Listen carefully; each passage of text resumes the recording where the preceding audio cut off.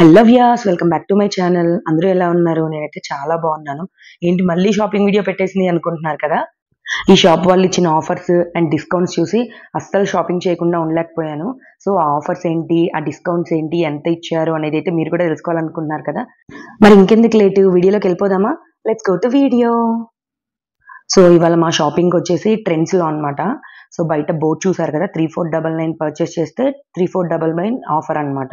అంటే మనం 7000 worth cloth తీసుకున్నాం అనుకోండి, దానికి 3500 పే చేస్తే సరిపోతుంది.